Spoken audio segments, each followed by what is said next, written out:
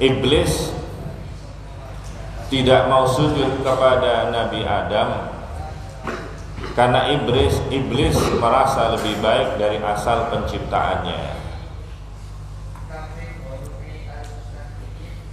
Dia merasa lebih baik, ini namanya sombong, merasa lebih baik dari orang lain. Ana khairum minhu khalaqtani min nar wa khalaqtahu min tin. Aku lebih baik dari Adam. Khalaqtani min nar, aku tercipta dari api. Wa khalaqtahu min tin, sementara Nabi Adam tercipta dari tanah. Alasan iblis ini salah, ditinjau dari 5 sisi, 5 alasan.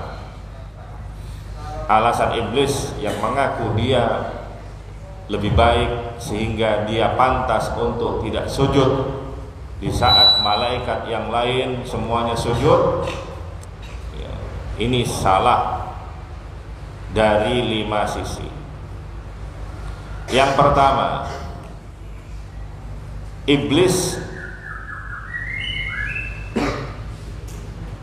mendakwakan dirinya tercipta dari api, sementara api itu lebih baik daripada tanah. Menyangka bahwa api lebih baik itu adalah persangkaannya iblis sendiri, dan itu salah. Iblis meyakini bahwa api itu lebih baik karena iblis melihat api itu menyala-nyala, berkobar-kobar, kemudian mengarah ke arah atas. Padahal di satu sisi api itu tidak lebih baik daripada tanah. Kenapa? Karena sifatnya api itu labil, tidak stabil, berubah-ubah, kena angin sedikit goyang. Ya, senantiasa berubah-ubah, tidak istiqomah. Berbeda dengan tanah. Tanah itu tenang, anteng, stabil, istiqomah. Itu tanah. Maka dari sini persangkaan iblis itu yang pertama itu keliru, kekeliruan iblis, ya. Yang mana persangkaan ini menjadi dasar bahwasanya dia lebih baik dari Nabi Adam yang tercipta dari tanah. Maka cukuplah kamu pergi ke taman kalau ingin membuktikan keistimewaan atau keunggulan tanah. Datanglah ke taman. Di taman itu banyak pepohonan, banyak bunga-bunga yang wangi-wangi dan berbagai macam warna. Kemudian pohonnya menumbuhkan buah-buah yang lezat-lezat dan enak. Dengan demikian bahwa kita dengan mudah mengetahui bahwa tanah itu lebih baik daripada api, tidak sebagaimana persangkaannya iblis atau keyakinan iblis bahwa api lebih mulia. Kemudian yang kedua, okelah kalau memang kita menerima bahwa api lebih baik daripada tanah sebagaimana keyakinannya iblis. Bukan berarti kalau api lebih baik daripada tanah, maka apa yang timbul dari api, apa yang diproduksi dari api itu kemudian menjadi lebih baik sebagaimana asalnya, sebagaimana api itu lebih baik. Api itu namanya asal. Apa yang keluar dari api, produk dari api itu namanya fara. Ya, ada asal, fara. Atau kalau bahasa manusia itu nenek moyangnya itu asal, turunannya itu namanya fara. Tidak otomatis kalau asalnya mulia, faraknya otomatis juga lebih mulia daripada yang lain. Tidak otomatis.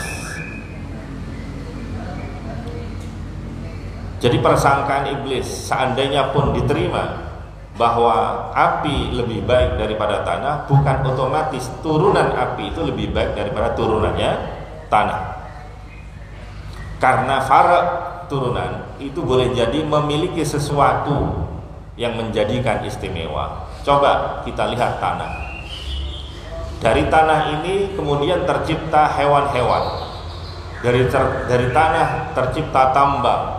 Dari tanah tercipta tumbuh-tumbuhan, dan itu lebih baik daripada turunannya api. Maka berhujjah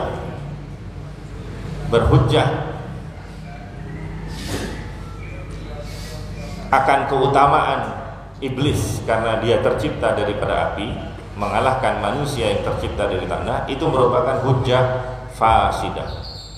Sama dengan manusia yang mengunggulkan nasabnya. Orang yang mengunggulkan bapaknya, kakek moyangnya. Karena boleh jadi kakek moyangnya memang punya kemuliaan daripada orang lain, tapi belum tentu keturunannya itu kemudian otomatis menjadi lebih mulia. Orang yang menyangka demikian berarti dia telah salah sebagaimana iblis itu salah. Sama-sama salahnya. Maka inilah yang kemudian diingatkan oleh baginda Nabi Muhammad SAW dalam hadis riwayat Muslim, man batta'a bihi amaluh lam yusri bihi nasabuh. Barang siapa yang amalnya lambat, amalnya sedikit, maka nasabnya tidak bisa mengejar kemuliaannya. Artinya apabila ada anak turun orang mulia, ada orang keturunan orang yang mulia, tapi anak turunnya tidak beramal saleh, maka nasabnya tidak bisa nambeli kekurangan amalnya ini. Tidak kemudian serta-merta dia menjadi mulia.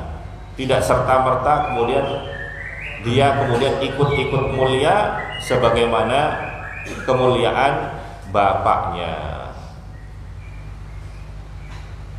Maka tidak boleh orang itu mengandal-ngandalkan kemuliaan orang tuanya sementara dia sendiri hina.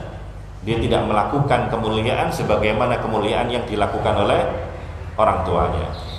Maka seorang anak yang mengunggul-unggulkan nasabnya, ya, bangga dengan nasabnya sementara amaliyahnya enggak sama dengan ayahnya, maka katanya Imam Ghazali dalam kitab Ihya Ulumuddin, man dhanna annahu yanju bi taqwa abihi kama dhanna annahu yashba bi akli abihi.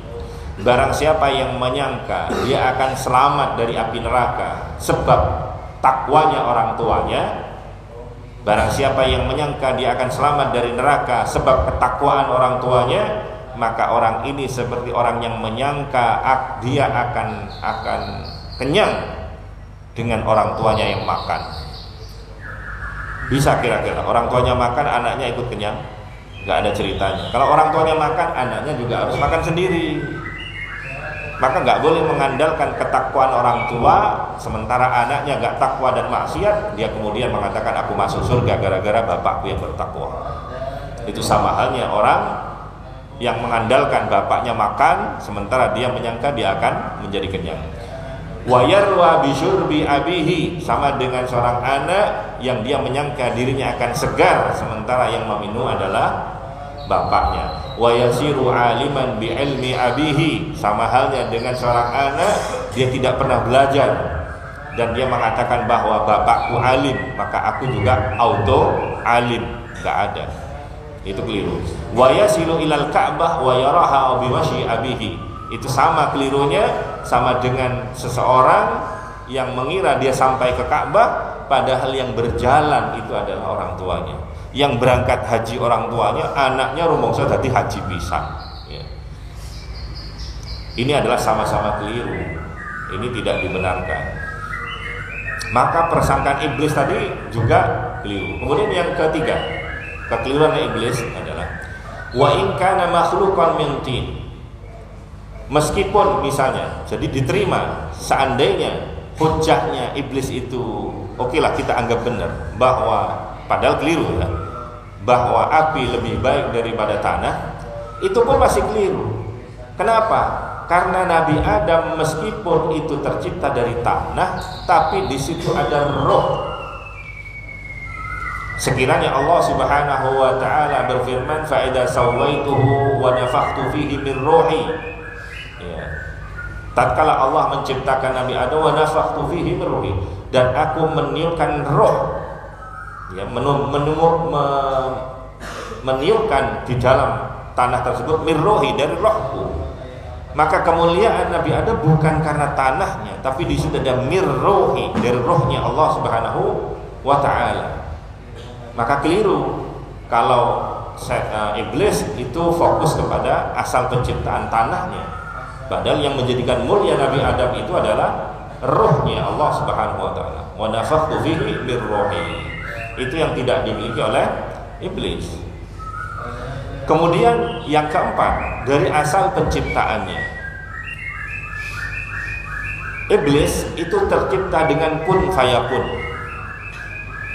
Iblis tercipta dengan kun fayakun. Sementara Nabi Adam itu tercipta dengan tanda kutip tangannya Allah Subhanahu wa taala. Karena di dalam firman Allah, "Ma mana'aka an tasjuda lima khalaqtu bi yadayya." Hei iblis, kenapa kamu tidak sujud kepada makhluk yang aku ciptakan dengan kedua tanganku? Jadi tatkala Allah menceritakan penciptaan Nabi Adam, itu Allah menceritakan bahwa aku menciptakannya dengan kedua tanganku. Sementara iblis itu diciptakan dengan kun fayakun. Maka tidaklah sama makhluk yang diciptakan dengan biyadaya itu tidak sama dengan yang kun fayakun. Maka inilah sebagaimana ada asar ya, disebutkan bahwa satu ketika malaikat itu memiliki permohonan kepada Allah Subhanahu wa taala. Malaikat berkata, "Ya Rabb, qad khalaqta li bani Adam ad-dunya." Wahai Tuhanku, Engkau telah menciptakan untuk manusia dunia. Engkau telah memberikan dunia kepada anak Adam, manusia. Ya'kuluna fiha, mereka makan di dalamnya, wa yashrabuna, mereka minum, wa yalbasun, mereka memakai pakaian, wa yankihu, dan mereka menikah. Faj'al lana al-akhirah kama ja'alta lahumud dunya. Maka jadikan akhirat itu untuk kami, untuk para malaikat, sebagaimana dunia Engkau jadikan kepada manusia. Maka apa jawaban Allah? La af'al, tidak, aku tidak akan melakukannya. Malaikat mengulangi lagi permintaannya, dan Allah mengulangi jawabannya, la af'al, tidak. Mengulangi lagi, enggak. Maka yang terakhir kemudian Allah Subhanahu wa taala berfirman, wa izzati, demi keagunganku, la aj'alu salihaman khalaqtu biyadayya kaman qultu lahu kun fayakun. Maka Allah berfirman, aku tidak akan menjadikan sebaik-baik makhluk yang aku ciptakan dengan biyadaya, dengan kedua tanganku, seperti makhluk yang aku ciptakan dengan kun fayakun. Maka itu dibedakan. Maka dari sisi inilah kesalahan iblis. Sudah kiasnya iblis tadi keliru. Maka maka dikatakan oleh para ulama, orang yang pertama kali mengkias dan kiasnya keliru lagi, itu adalah iblis. Karena iblis mengkiaskan dirinya dengan asal penciptanya, yaitu api, dan api dikatakan itu lebih baik menurut versinya iblis. Maka itu keliru. Nah kemudian selanjutnya yang kelima, bahwasanya seandainya memang api itu betul-betul lebih mulia, kita katakan memang lebih mulia, maka apa salahnya orang yang lebih mulia menghormati orang di bawahnya? Kan tidak ada kelirunya, nggak dosa. Orang yang lebih mulia memuliakan orang yang tidak lebih mulia, atau orang yang levelnya di bawahnya, itu tidak masalah, bukan dosa. Yang dosa itu kalau menghina. Kalau dia memuliakan tidak masalah. Orang yang hina memuliakan yang mulia, bagus. Orang yang lebih mulia memuliakan orang di bawahnya, itu ya gak keliru. Seandainya memang api itu benar lebih mulia, nggak masalah kalau iblis itu sujud kepada Nabi Adam yang berasal dari tanah. Maka inilah kesalahan iblis, 5 sisi kesalahan daripada iblis. Dia menyimpulkan bahwa dirinya lebih baik sehingga dia bermaksiat kepada Allah, tidak taat kepada Allah, dan dia tidak sujud kepada Nabi Adam. Padahal itu diperintahkan oleh Allah. Dan iblis tertipu, iblis keliru. Iblis melihat Adam, tidak melihat siapa yang memerintahkan untuk sujud. Bukankah yang memerintahkan sujud adalah Allah Subhanahu wa ta'ala? Maka kalau sudah Allah yang memerintahkan, maka jangan lagi mempermasalahkan mau ngapain, mau disuruh apa. Wong Allah yang perintah. Ya. Ini termasuk suul adab. Gusti Allah sing perintah pasti dipermasalahkan perintahnya. Berarti mempermasalahkan Allah Subhanahu wa ta'ala.